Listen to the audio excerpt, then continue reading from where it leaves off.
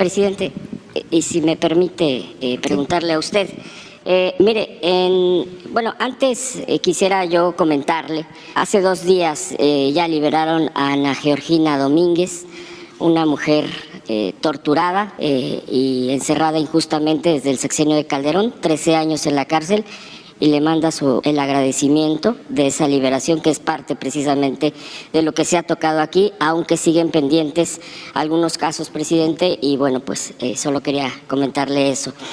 Antes de esta pregunta, preguntarle, hace unos días una subdirectora en Conagua, Elena Burns, que fue prácticamente destituida de su cargo, ese es el dato que tenemos, por el director general Germán Martínez de Conagua.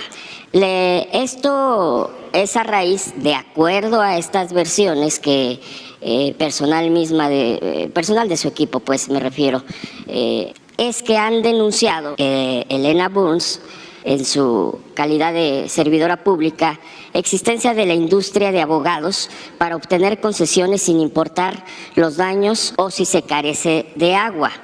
Ellos han frenado intentos de esto, el equipo de esta servidora pública, Elena Burns, que es una persona, una servidora, que, bueno, pues no solamente eso, sino han estado combatiendo concesiones que no deben de darse porque hay una serie incluso de equipos de abogados que pues trafican prácticamente con trámites, con todo esto del vital líquido.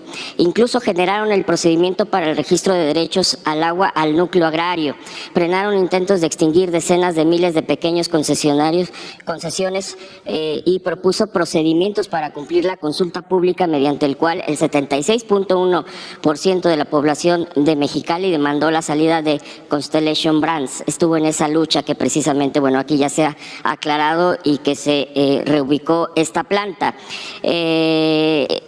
Ella ha estado haciendo mucho trabajo y de acuerdo a todo este historial, a lo que yo he investigado, y incluso se hicieron inspecciones a grandes mineras a cielo abierto para detectar y sancionar pozos sin concesión. Realizaron acciones contra el sobreconcesionamiento del agua en México, de nuestro país, y innovaron tecnológicamente en lucha solitaria contra el rezago que afecta a la gente. Y bueno, pues mientras que grandes intereses se les otorga todo tipo de facilidades para sus concesiones. Esta denuncia o estas denuncias, porque hay gente que apoya, hay gente que se ha comprometido con esto, incluso usted es quien la puso en el cargo como responsable. Y la pregunta sería en este contexto, esta destitución, ¿usted la conocía? ¿Qué le ha informado el director de Conagua? ¿Cuáles son las circunstancias? Porque, bueno, pues hay mucha preocupación, pues ha defendido precisamente a comunidades, ha defendido que no se trafique con el tema de las concesiones de agua, etcétera. Concretamente esto, y si ahorita me permite una última pregunta, presidente. Bueno, sobre esto es una decisión que se tomó. Me consultó a mí el director de Conagua, Germán Martínez, a quien también le tengo confianza, y yo autoricé que se propusiera este cambio, buscando que Elena nos ayudara en otra tarea. Ya hablé con ella, le hice una propuesta en 2 sentidos, también vinculados al agua. Una propuesta es de que me ayude a definir cómo hacer una reforma a las leyes para hacer un uso racional del agua y cuidar este líquido fundamental, básico, este alimento. Entonces le propuse eso, que trabajara conmigo para que se pudiese llevar a cabo un planteamiento y evitar la sobreexplotación de mantos acuíferos, sobre todo en el norte, en regiones donde ya no se debe de permitir que empresas cerveceras o otro tipo de industrias que consumen mucha agua se instalen, porque no hay agua para consumo doméstico, y el agua que se tiene por la sobreexplotación ya se consigue a profundidad profundidades hasta de 2000 metros y es agua en algunos casos hasta con arsénico que requiere plantas de tratamiento, pero no podemos permitir eso ni seguir con esta anarquía de entregar a diestra y siniestra permisos para extraer agua en donde no hay y en donde lo fundamental tiene que ser el agua para la gente, como lo que estamos haciendo en la laguna, que es agua sana para la laguna, para la gente, porque ahí hay extracción de agua contaminada con arsénico y hay que tratarla y eso no lo queremos. Además, estamos hablando de daños graves a la salud, sobre todo a niñas, niños, hasta con cáncer. Entonces, eso no se puede. La salud es primero. Lo mismo la crisis de Nuevo León por falta de agua. Hay mucho crecimiento económico, está llegando mucha gente en busca de trabajo. Se abren nuevas empresas, se demanda cada vez más agua, pero ya no se tiene agua. Entonces tenemos que ordenar el desarrollo en el país donde tenemos el agua, no traer el agua o no llevar agua a grandes ciudades, sino procurar de que vaya creciendo de manera horizontal la población en todo el país, porque el periodo neoliberal lo que significó fue concentrar la población en ciertas regiones con crecimiento económico. En el sureste solamente Cancún y la Riviera Maya, en las zonas turísticas del Pacífico, en las ciudades fronterizas y en algunas ciudades del Bajío o del norte. En el resto se perdió población. Más de la mitad de los municipios de México, de los 80 del siglo pasado a la fecha, perdieron población por la migración hacia donde había posibilidades de empleo, ya sea en México o en el extranjero. Entonces, nosotros estamos procurando un desarrollo horizontal, por eso lo del sureste, la inversión del sureste, y lo mismo en cuanto la utilización de los recursos naturales. Si tenemos el 70% del agua del país en el sureste, pues allá podemos dar los permisos para las plantas cerveceras, pero no en Baja California, donde no hay agua, o en Nuevo León, o en Coahuila, donde escasea el agua, en la laguna de Durango y de Coahuila, en Chihuahua, donde también hay ya escasez de agua. Entonces, le propuse, vamos a hacer una planeación para el uso del agua hacia adelante.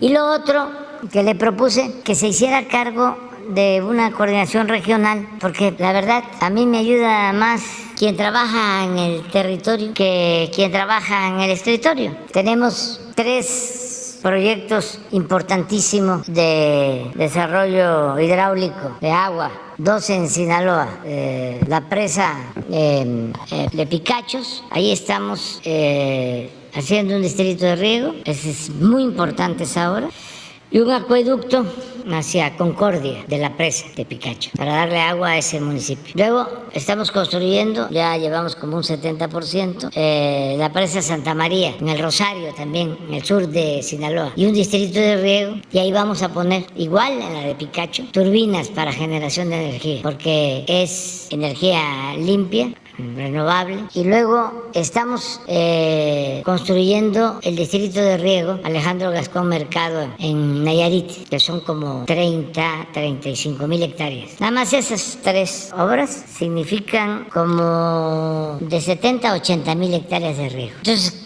ahí en Picacho hay un coordinador responsable, un cuadro de primera. En Santa María, pues el responsable es el ingeniero Cedri Escalante, que era subsecretario de Comunicaciones. Y le dije, no quiero que ocupe usted el cargo, sino le tengo un encargo, porque si no, no salimos. Y allá está, que está para nivel de secretario, por toda su experiencia. Pero si no está él ahí, no terminamos. Y lo que me importa, pues, es terminar la presa de Santa María, que va a tener hidroeléctrica y va a tener riego y va a tener agua para el Rosario, en Sinaloa. Y luego los ingenieros militares están a cargo del distrito de riego Alejandro Gascón Mercado, que les decía yo como 35,000 hectáreas. Y eso es un general, ingeniero, Iván, que es el que está a cargo. Entonces le decía yo a esta Elena que me ayudara a coordinar los 3 proyectos. Entonces voy a hablar con ella, porque también ya están muy confrontados el director de Conagua y ella. Entonces ya no se puede. hay que buscar la forma de que nos ayuden en otro lado. ¿Son diferencias de fondo, presidente? ¿Mande? ¿Son diferencias de fondo? No, yo diría que no, porque le tengo confianza a Germán, como le tengo confianza a ella. Pero hay pleitos, eso es todos los días. O sea, yo nada más recuerdo siempre lo que pasaba con el gabinete, el mejor gabinete que ha habido en la historia, del presidente Juárez. ¿Cómo se daban entre ellos? Prieto, Campo, o Campo como un Ford, ¿no? Tú que eres doctora en historia, lo sabes perfectamente bien. Pero el mejor gabinete, más que Juárez tenía paciencia, pues también cambiaba y cambiaba y cambiaba, porque pues todos ellos eran gentes con mucho criterio. Se decía que eran hombres que parecían gigantes. Entonces, Juárez tenía más experiencia que todos ellos, porque había hecho carrera política desde abajo, desde Oaxaca. Había estado, creo que, en el Poder Judicial, en Oaxaca, en el Legislativo, gobernador. Ya después de que Santana lo envía al exilio, antes de encarcelarlo en San Juan de Ulúa, está en la corte, luego presidente, y todo lo que vivió con la guerra de reforma y luego la intervención. Entonces, el mejor periodo de todo el siglo XIX es el que se conoce como el de la República Restaurada, que es una parte del gobierno después del triunfo contra los franceses, que regresa triunfal Juárez. Es de 1867 a 1876.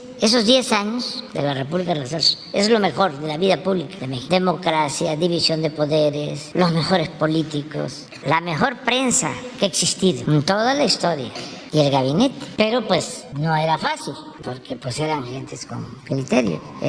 Habían los liberales moderados y los liberales radicales. Y Juárez entendía los dos, se entendía con los dos grupos y tenía la experiencia, y además era el mayor, era el que tenía más edad de todos ellos, y lo respetaban, hasta los más radicales lo respetaban. Entonces no me extraña si hay diferencias. Todo el tiempo hay diferencias, porque además se debate aquí sobre distintos temas.